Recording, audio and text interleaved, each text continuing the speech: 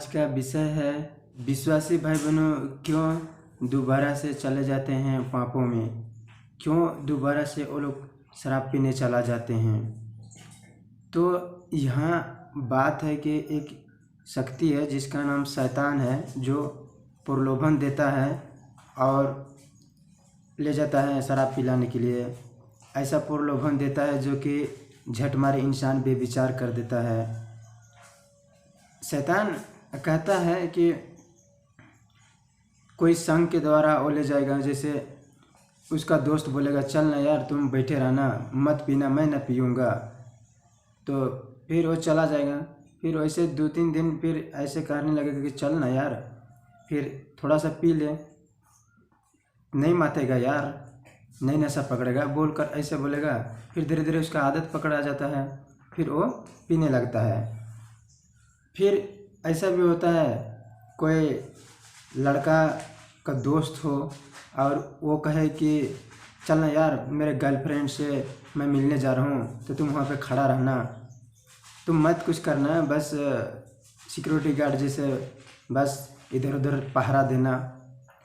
तब फिर क्या होता है, जब वो अगर चले जाए तो फिर धीरे धीरे वो देखेगा कि उसका दोस्त क्या कर रहा है, और उसका दोस्त जब अपने गर्लफ्रेंड से रोमांस कर रहा हो, तो इन सब को देखते देखते जो है कि शैतान उसके मनों में ऐसा विचारधारा डालता है ताकि वो बेविचार कर देता है। फिर धीरे धीरे और भी अनेक पाप की ओर वो बढ़ने लगता है। तो शैतान बहुत चतुर है और वचन भी कहता है सचेत हो और जागते रहो, क्योंकि तुम्हारे विरोधी शैतान गरजने वाले सिंह की नहीं इस खोज में रहता है किसको फाड़ खाएं। उससे पहले परमेश्वर के वचन कहता है नीति वचन में 1 से 10 पद में, हे मेरे पुत्र, यदि पापी लोग तुझे फुसलाए तो उनकी बात ना मानना। तो शैतान कई प्रकार के फुसलाहट दे सकता है। विश्वासी भाई बहनों को जो है कि सत्य पर खड़ा होना है, और जहाँ पर गलत दिशा की ओर जब जाने की जो उसके दोस्त बोल रहा हो, जैसे ऐसे पार्टी में, बियर जगहों में, या ऐसे रोमांस में, या ऐसे जहाँ डांस किया जा रहा हो बेढंगा, या जहाँ ऐसे कामुकता से जैसे वीडियो दिखाया जाता हो, या अश्लील जो है कि गाना सुनाया जा रहा हो, इन सब जगहों पर रेखा बांधना है और परमेश्वर के लिए खड़ा होना है और यीशु परमेश्वर की जो कि इच्छाओं में चलना है। परमेश्वर आप लोग को नहीं गिरने देगा, परंतु आप लोग को उस चीज़ से समझौता नहीं करना है जो चीज़ से परमेश्वर घृणा रखता है। अब जैसे बेविचार हो गया, इनसे परमेश्वर नफरत करता है। अब जैसे हो गया ऐसे कामुकता जैसे वीडियो देखना, या जो ऐसे फ़ोटो देखना जिसमें कोई आधार नहीं है, परमेश्वर घृणा रखता है। तो हर जगह पर यीशु के लिए खड़ा होना चाहिए। 20 पद में कहता है, बुद्धि सड़कों में ऊंचे स्वर से बोलती है और चौकों में कहती है। बुद्धि तो है लेकिन उन बुद्धि को इस्तेमाल नहीं करते हैं, इसी के कारण नहीं चलते हैं, इसके कारण पाप में गिरते हैं। और बुद्धि ऊंचे स्वर से बोलती है, चौकों में प्रचार करती है। तो पवित्र आत्मा यीशु का जो ज्ञान देता है ना, वो हर जगह प्रचार करने के लिए आप लोग को मौका देगा, परंतु आप उन मौका का फ़ायदा उठाएंगे तभी तो, यीशु के लिए खड़ा होंगे तभी तो, नहीं तो शैतान आप लोग को जो है कि इधर से उधर कर देगा। जो काम परमेश्वर के होना रहेगा उससे हटा देगा, तो परमेश्वर का महिमा भी नहीं होगा, और परमेश्वर आप लोग को आशीष भी नहीं देगा। कोई ना कोई उसके दास जैसे पुत्र पुत्री के द्वारा वही काम को करा लेगा, फिर आपको जो प्रतिफल मिलने वाला है वो नहीं मिल पाएंगे। 22 पद में कहता है, हे भोले लोगों, तुम कब तक भोलेपन से प्रीति रखोगे, और हे ठट्ठा करने वाले, तुम कब तक ठट्ठा करने से पसंद रखोगे, और हे मूर्ख, तुम कब तक ज्ञान से बैर रखोगे। तो ऐसे लोग होते हैं जो भोले होते हैं, जो बहुत सेल्फी होते हैं। उन लोग क्या करते हैं कि अपने स्वास्थ्य, अपने भावना, अपने बुद्धि के द्वारा चलते हैं। और कोई अगर जाता है उसके पास सुसमाचार सुनाने के लिए, तो वो झटमारी अस्वीकार कर देगा और कहेगा कि मैं नहीं मानता हूँ कोई भगवान को, कोई परमेश्वर नहीं मानता हूँ मैं, बस अपना मैं खा रहा हूँ, अपना कमा रहा हूँ, अपना परिवार के साथ मैं शाम से बस ज़िंदगी गुजार रहा हूँ, खुशहाल हूँ, मुझे क्या ज़रूरत है परमेश्वर की। तो उसकी लेकिन कोई रुचि नहीं होता है। जो सृष्टिकर्ता परमेश्वर है, जो हमें और आप सबको बनाया है, उसके लिए दिल में भी जगह नहीं है। हे ठट्ठा करने वाले लोग, तुम कब तक ठट्ठा करने से पसंद रखोगे? तो जो लोग ठट्ठा करते रहते हैं, मजाक उड़ाते रहते हैं कि यीशु के विरोध में कुछ उल्टा पुल्टा बातें बोलते हैं या किसी का निंदा या ठट्ठा करते रहते हैं, कब तक इन सब करता रहेंगे? कब तक ऐसे चुगलखोर करता रहेंगे? हर मनुष्य का एक दिन न्याय होगा, छोटों और बड़ों का। तो हर बातों खोली जाएगी, वहाँ पुस्तक खोली जाएगी, सब बातों वहाँ बताया जाएगा। तो ठट्ठा करने वाला कब तक ठट्ठा करेंगे? परमेश्वर से कब तक दूर रहिएगा आप लोग? जब तक आप लोग परमेश्वर के पास नहीं आइएगा, तब तक आप लोग के जीवन में शांति नहीं मिलेगा। हे मूर्ख, कब तक तुम ज्ञान से बैर रखोगे? कोई उसके पास जाएंगे तो कहेंगे कि ये नास्तिक है, इसे बुद्धि नहीं है, ये मूर्ख है। तो इसके लिए ये क्या करता है? परमेश्वर से दूर रहता है, परमेश्वर को नहीं वो अपनाता है, या परमेश्वर के ज्ञान के बारे में नहीं जानता है, धर्मशास्त्र जो पुस्तक है उसके बारे में नहीं जानता है, तो ये नास्तिक है। ऐसे नहीं है, वो भी तो किसी पर भरोसा रखा होगा, वो भी तो किसी पर विश्वास किया होगा। अगर वो नास्तिक होता तो क्या उसे पता नहीं है कि माने कि मेरे घर में खाना चाहिए, या मुझे काम चाहिए, या मैं मरूंगा तो फिर कहाँ जाऊंगा, या तो स्वर्ग या तो नरक इत्यादि, या तो फिर इस जीवन के बाद और जीवन है या नहीं। तो इन सब के वजह से अगर उसे ज्ञान रहता है, सोच और सवाल रहता है, क्यों नहीं रहेगा? परमेश्वर ने जब मनुष्य को अपने स्वरूप पर अपने समानता में सृष्टि किया है, परमेश्वर ने एक अंतर आत्मा दिया है, परमेश्वर ने बुद्धि दिया है, तो अवश्य उसे ज्ञान है, वो भी किसी पर विश्वास रखता है ना। तो आप कैसे कह सकते हैं नास्तिक है, इसे कोई ज्ञान नहीं, यह अनपढ़ है, क्यों कह सकते हैं? उसे पता है कि सही क्या है और गलत क्या है। तो कब तक ज्ञान से बैर रखिएगा आप सब? भले आप सब नहीं पढ़े हैं, परंतु आप लोग मन फिराइए और अपने पापों से पछतावा कीजिए और यीशु परमेश्वर पर विश्वास कीजिए। आप लोग को ज्ञान से भर देगा। यीशु ने कहा है, जब सत्य के आत्मा आएगा तो तुम्हें सत्य के बातें बताएगा। अभी तुम नहीं जानते हो, तुम्हें कठिन कठिन बातें बताऊंगा, कहता है परमेश्वर। तुम मेरे डांट सुनकर मन फिराओ। सुन, मैं अपनी आत्मा तुम्हारे लिए उंडेल दूंगी, मैं तुमको अपने वचन बताऊंगी। तो परमेश्वर यीशु मसीह है ना, वो कहता है कि मेरे डांट सुनकर मन फिराओ, मैं अपना आत्मा तुझ में उंडेल दूंगी और मैं तुम्हें वचन की ज्ञान बताऊंगा, कहता है परमेश्वर। यदि आप लोग मन फिराएंगे, यदि आप लोग यीशु पर विश्वास करेंगे, तो मिलेगा आप लोग को ज्ञान भी। कहता है कि मेरे डांट सुनकर मन फिराओ। तो परमेश्वर तड़ना भी देता है, परमेश्वर डांटता भी है। ऐसे जब संसारिक में मैं भी था तो मुझे कई प्रकार के जो है कि बीमार होते थे हम। जैसे मेरे चेहरे पर जो है कि बड़ा बड़ा फुंसी निकला हुआ रहता था और पक के पूरा माने कि खिला निकलता था। जगह जगह पे काला हो गया था। फिर लोग कहते थे कि नहीं, ये जवानी की वजह से निकला हुआ है।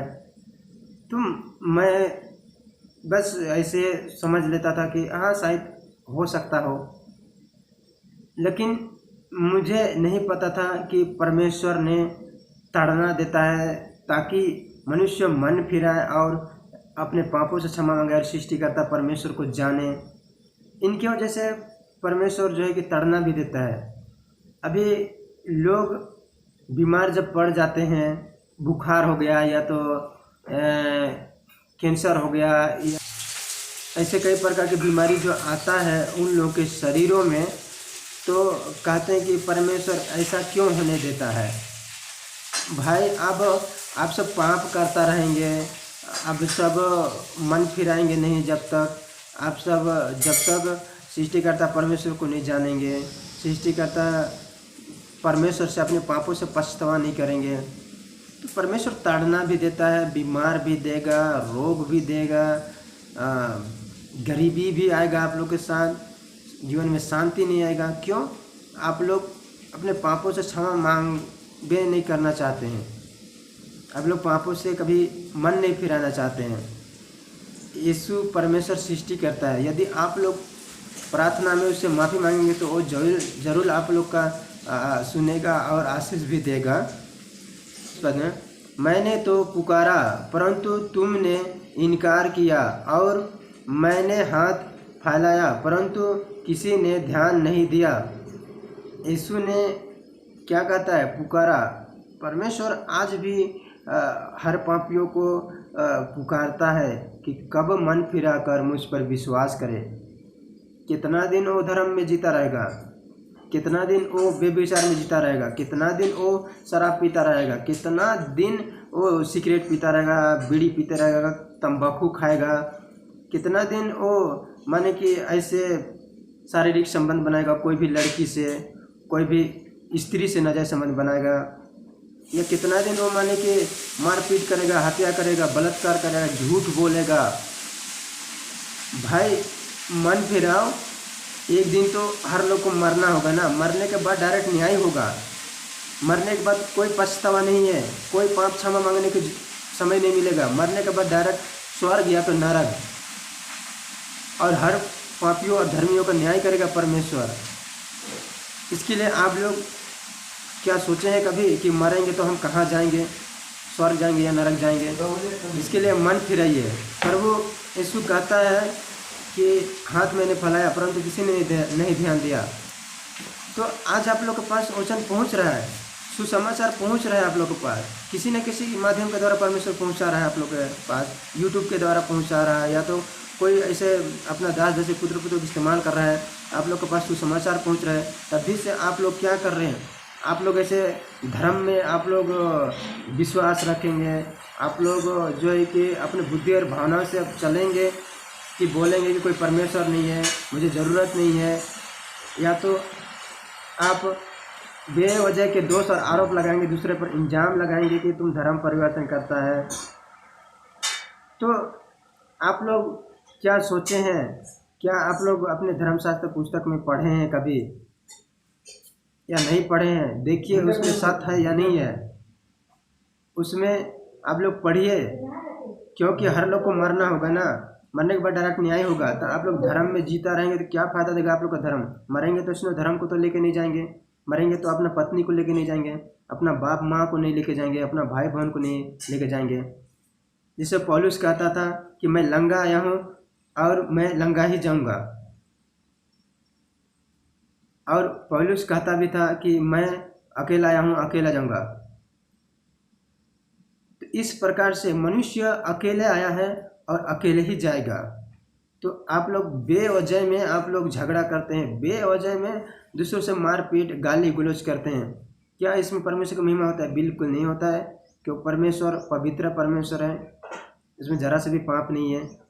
नीति वचन 2 अध्याय 1 पद में, हे मेरे पुत्र, यदि तू मेरे वचन ग्रहण करे और मेरी आज्ञाओं को अपने हृदय में रख छोड़े और बुद्धि की बात ध्यान से सुने और समझ की बात मन लगाकर सोचे।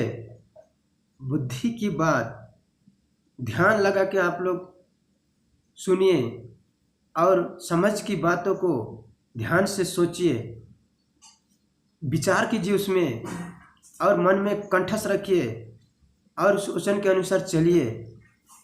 परमेश्वर आप लोग को आगे बढ़ाएगा।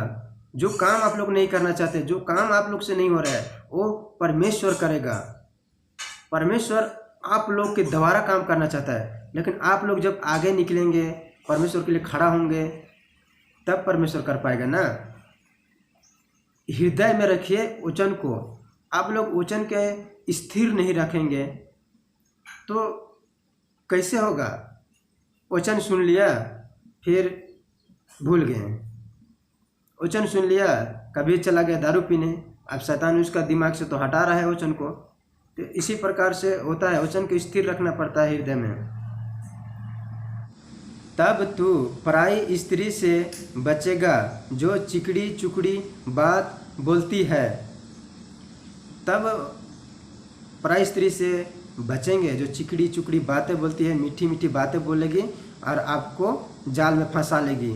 कोई भी लड़की हो, कोई भी स्त्री हो, आपको बस प्रलोभन देगी। वो कहेगी कि चलिए ना थोड़ी सा घूमने चलते हैं ऐसे पार्क में या तो रिंग रोड में, और जब उधर चले जाएगी तो बहुत अच्छा सुहाना मौसम देखेगी, तो वो अचानक रोमांस चालू कर देगी। कई प्रकार के वो जो है कि बेविचार की ओर खींचने लगेगी। तो मीठी मीठी बातों में मत फंसिएगा।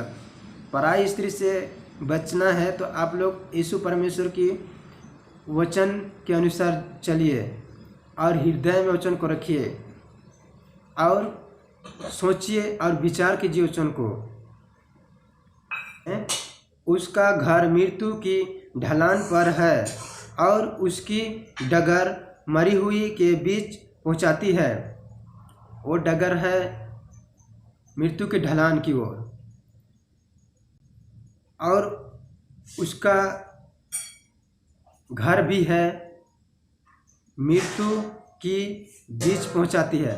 माने वो ऐसे जगह मिले जगह जो अधलोक है, जैसे नरकी जैसा है, वैसे घरों मिले जगह अंधेरा में जो एगानो एगान तड़पना पड़ता है, वैसे घरों में पहुंचाएगा वैसे स्त्री और लड़की।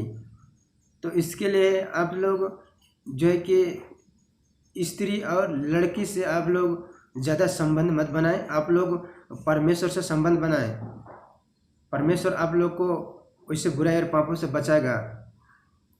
आप लोग को वैसे समय में क्या करना होगा? आप लोग को प्रार्थना करना होगा कि परमेश्वर आप हमें बनाए हैं, सच्चा परमेश्वर, इन बेविचार से बचा रखिए और इन स्त्री से बचा रखिए, और आप हमें पवित्र में चलाइए। जैसे परमेश्वर के वचन कहता है, जैसे तुम्हारे बुलाने वाला पवित्र है वैसे तुम भी अपने सारे चाल चलन पवित्र बनो, क्योंकि लिखा है कि पवित्र बनो क्योंकि मैं पवित्र हूँ कहता है। तो इसके लिए आप लोग को पवित्र बनना है। वो लड़की फुसला सकती है, वो लड़की आप लोग को बहका सकती है। तो परमेश्वर के वचन भी कहता है ना, हे मेरे पुत्र, यदि पापी लोग फुसलाए तो उनकी बात ना मानना। तो इसके लिए आप लोग को जो है कि बात नहीं मानना है वैसे स्त्री का, नहीं तो फंदे में जाल में फंस सकते हैं।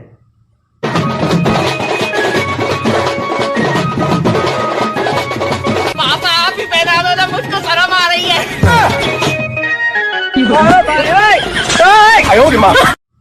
हाँ, तो होता है जो जवानी का, जो सेक्स के रिलेशन, वन संबंध के रिलेशन जो परमेश्वर ने बनाया है हर अपना पुत्र पुत्री पर, तो ये हावी हो जाता है। कभी कभी कंट्रोल नहीं हो पा रहा हो, तो परमेश्वर से प्रार्थना करना चाहिए कि परमेश्वर इनसे हमें कंट्रोल दीजिए, परमेश्वर हमें बुराई और पापों से बचा रखिए।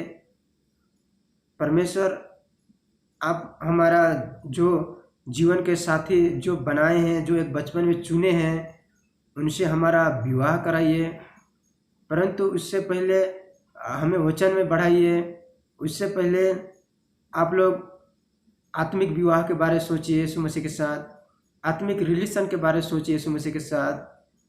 और आप लोग के जीवन में अगर परमेश्वर ना चाहता हो कि ये शादी ना करे, परमेश्वर कुंवारा भी रख सकता है अपना योजना, अपना इच्छा पूरा करने के लिए।